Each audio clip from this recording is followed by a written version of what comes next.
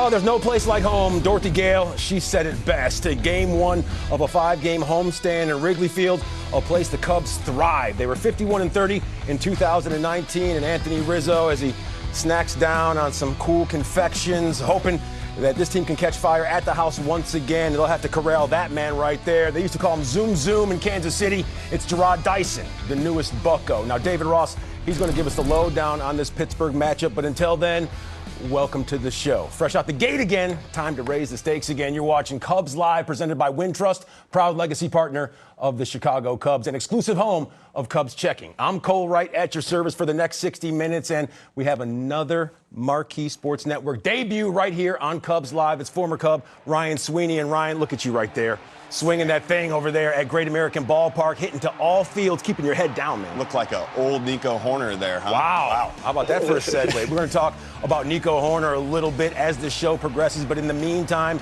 it's time for us to get smart with things, because let's welcome in our Ivy Leaguer, the former Penn Quaker, Doug Glanville. Doug, this team right now sitting at 4-2, and of course they're looking to take care of business once again at the friendly confines. Yeah, a lot of positive signs, Cole. I mean, you see Baez kind of finding the stroke. Rizzo's gotten off to a hot start on the power game.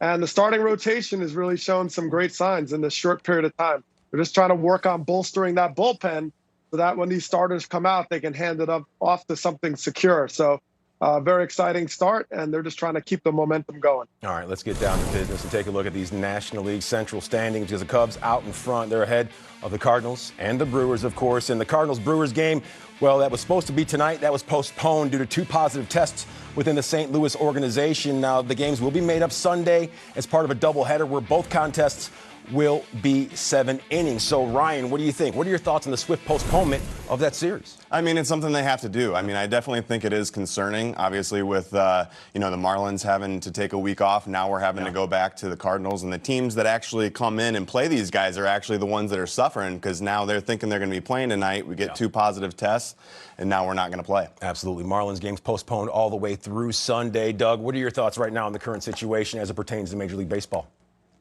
Well, Major League Baseball is trying to be aggressive now. They know how quickly, from the Marlins experience, how quickly this can spread.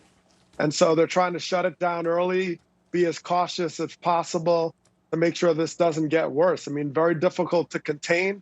And it's highly concerning because, you're missing games, the safety questions, people are going home to their families. So the high alarm is on right now.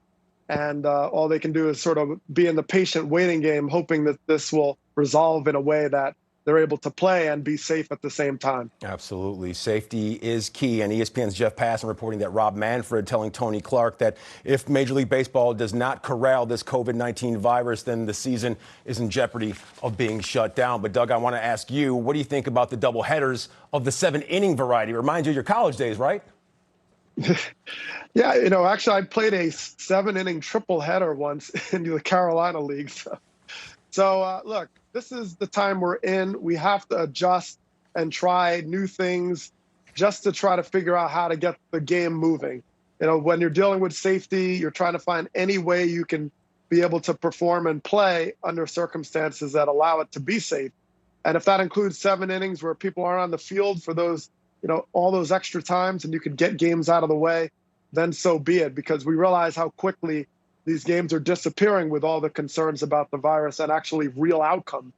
So they're trying everything they can, and it seems like the players and the Players Association and the league are trying to work together quickly.